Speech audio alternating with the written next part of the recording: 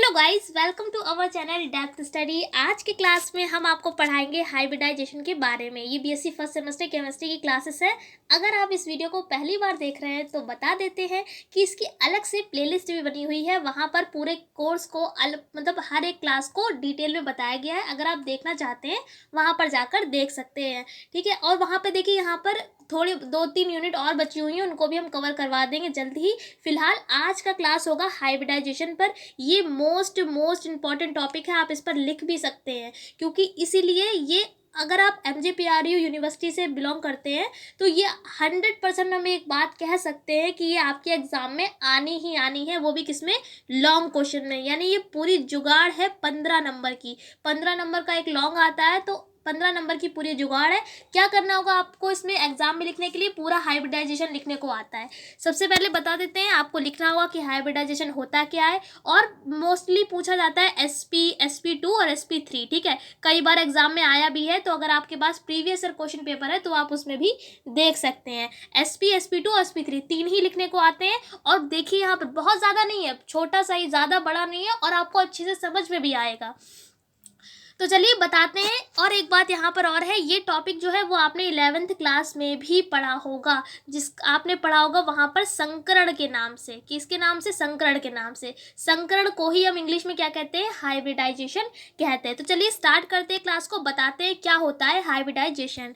लिखा हुआ है कि जब दो या दो से अधिक ऑर्बिटल आपस में मिलकर समान एनर्जी के नए ऑर्बिटल्स का निर्माण करते हैं। निर्माण आप लिखना चाहे तो निर्माण लिख लीजिए, या तो फॉर्मेशन, ठीक है। फॉर्मेशन करते हैं तब बने ऑर्बिटल को हाइब्रिड। और इस फिनोमिनन, यानी कि फिनोमिनन का मतलब होता है घटना, को हाइब्रिडाइजेशन कहते हैं। क्या बात कही गई है कि जब दो या दो से ज्यादा ऑर्बिटल मिलेंगे आपस में, तब जो नया बनेगा ऑर्बिटल समान एनर्जी का होगा, उस ऑर्बिटल को हम क्या कहेंगे? Hybrid orbital. और पूरा जो ये फिनोमिनन, पूरी जो घटना हुई है, उसको क्या कहेंगे? हाइब्रिडाइजेशन कहेंगे। तो याद भी हो गया होगा, बहुत सिंपल है। जैसे कि यहाँ पर अगर हम बात करें हाइब्रिड वर्ड की, तो हाइब्रिड वर्ड आप अपनी डेली लाइफ में भी बहुत सुनते होंगे कि हाइब्रिड लौकी है, या इस टाइम पे हाइब्रिड जो है एप्पल आ रहे हैं। तो ये आपने हाइब्रिड वर्ड तो आप परिचित होंगे, इससे पता ही होगा। हाइब्रिड का मतलब क्या होता है? जब कोई एक ऐसी चीज है, ऐसा कंपोनेंट है जिसमें क्या किया गया, बाहर से दूसरी चीज को मिलाया गया है। यानी कि कह सकते हैं कि दो या दो से ज्यादा चीजें उसमें मिलाई गई हैं, इंक्लूड करी गई हैं, मिक्स करी गई हैं, तो उसको क्या बोलते हैं? वहां पर हम वर्ड यूज करते हैं हाइब्रिड का। किसका यूज करते हैं? हाइब्रिड का। और ये फिनोमिनन हमारा क्या हो जाएगा? हाइब्रिडाइजेशन। वहां पर हम यहाँ पर किसी चीज की बात नहीं करेंगे। क्यों? क्योंकि हम केमिस्ट्री पढ़ रहे हो, केमिस्ट्री में चीज नहीं होगी, क्या होगा? ऑर्बिटल होगा। अब भाई ये ऑर्बिटल क्या होता है? ऑर्बिटल को हिंदी में कहते हैं हम कक्षक। कक्षक आप कह सकते हैं, या उपकोष कह सकते हैं, नहीं सॉरी, कक्षक बोलते हैं ऑर्बिटल को।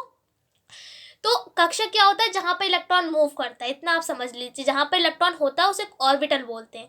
तो समझ में आपको आ गया होगा हाइब्रिडाइजेशन क्या होगा। जब दो या दो से ज्यादा चीजें नहीं बोलेंगे, क्या बोलेंगे? ऑर्बिटल। दो या दो से ज्यादा ऑर्बिटल जो होंगे जब आपस में मिलेंगे, तो क्या होगा? समान एनर्जी के क्या बनाएंगे? ऑर्बिटल का फॉर्मेशन करेंगे।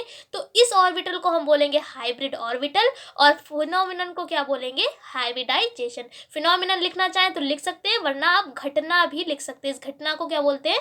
हाइब्रिडाइजेशन, यानी कि संकरण कहते हैं। अब हम बात करें कि हाइब्रिडाइजेशन के रूल क्या होते हैं, नियम क्या होते हैं। तो हमने हेडिंग डाल रखी है कि रूल्स ऑफ हाइब्रिडाइजेशन, ठीक है। क्या रूल होते हैं? तो नंबर 1 लिख दिया है, मिक्स होने वाले प्योर ऑर्बिटल्स की संख्या हाइब्रिड ऑर्बिटल्स की संख्या के बराबर होना चाहिए।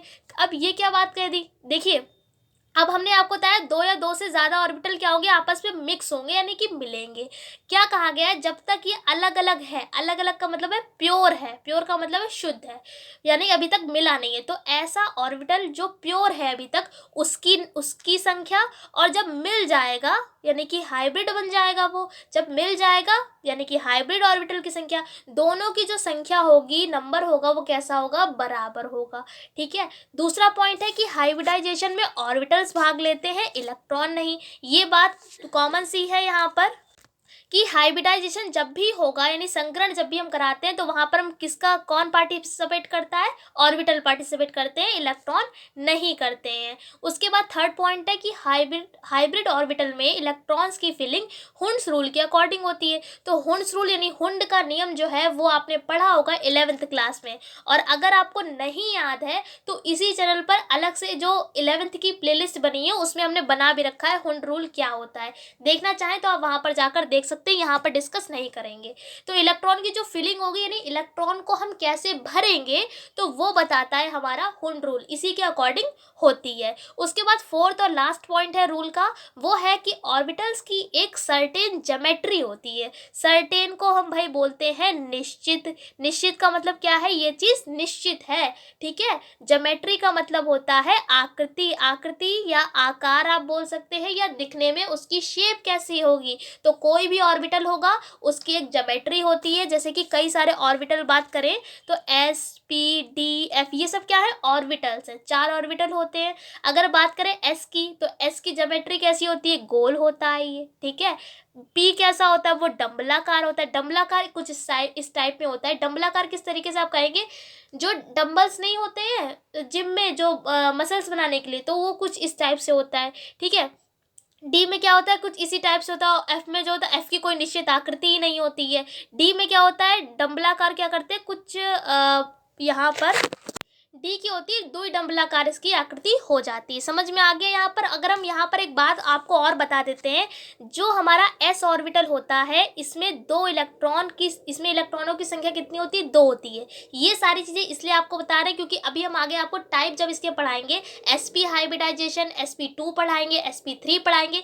इसी तरीके से sp3d आपने अभी तक कितने पढ़े होंगे? 3 पढ़े होंगे।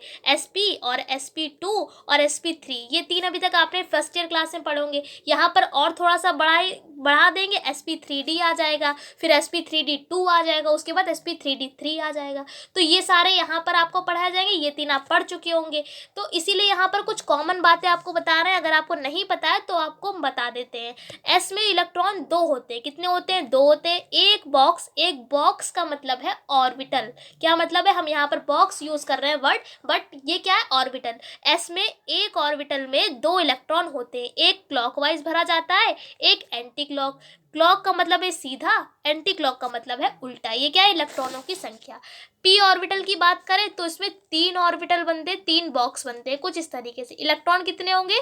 3 बॉक्स है तो जाहिर सी बात है 6 इलेक्ट्रॉन होंगे, क्योंकि हर एक ऑर्बिटल में 2 इलेक्ट्रॉन को हम भरते हैं। देखिए 1 2 3 4 5 6 इलेक्ट्रॉन भर दिए। उसके बाद अगर बात करें डी की, तो डी में जो होते हैं वो 5 बॉक्सेस बनाते हैं। कितने बनाते हैं? 5। और 5 में अगर आप बताएं तो कितने इलेक्ट्रॉन भरेंगे? 10। तो 1 2 3 4 5 6 7 8 9 10, 10 भर दिए। अब क्या बचा? जो एफ इलेक्ट्रॉन, एफ हमारा ऑर्बिटल बचा, तो एफ में हमारे जो होते हैं 7 बॉक्सेस होते हैं, बना लेते हैं 1 2 3 4 5 फिर 6 और ये 7 बॉक्सेस होते हैं। इलेक्ट्रॉन इसमें कितने होते हैं? 14। तो आप सब में भरेंगे इस तरीके से पूरे सब में, तो ये 14 ही होंगे। समझ में आपको आ गया? इसलिए बता दें क्योंकि अभी आगे काम आएगा। तो इस क्लास में हम इतने ही रखेंगे। सबसे पहले हमने आपको क्या पढ़ाया? हाइब्रिडाइजेशन क्या होता है? जो 2 या 2 से ज़्यादा ऑर्बिटल आपस में मिल जाते हैं, मिक्सिंग हो जाती है, जो समान एनर्जी के ऑर्बिटल बनेंगे उन्हें हम हाइब्रिड ऑर्बिटल, और इस फिनोमिनन को हाइब्रिडाइजेशन कहते हैं। उसके बाद रूल्स ऑफ हाइब्रिडाइजेशन बता दिया, यानी इसके नियम क्या होते हैं। आई होप आपको पूरा क्लास अच्छे से समझा पाए होंगे और आपको याद भी हो गया होगा। ये टॉपिक फिर से बता देते हैं, लॉन्ग क्वेश्चन में आता है एग्जाम में, तो आप इस क्वेश्चन को बिल्कुल भी छोड़ने की भूल ना करें। अभी ये लॉन्ग क्वेश्चन कंप्लीट नहीं हुआ है, अभी इसमें आगे हम आपको और भी पढ़ाएंगे, तब जाकर ये लॉन्ग क्वेश्चन कंप्लीट हो जाएगा। तो इस क्लास में हम इतने ही रखेंगे। अगले क्लास में मिलेंगे इसके sp हाइब्रिडाइजेशन के साथ। तब तक के लिए जय हिंद, जय भारत।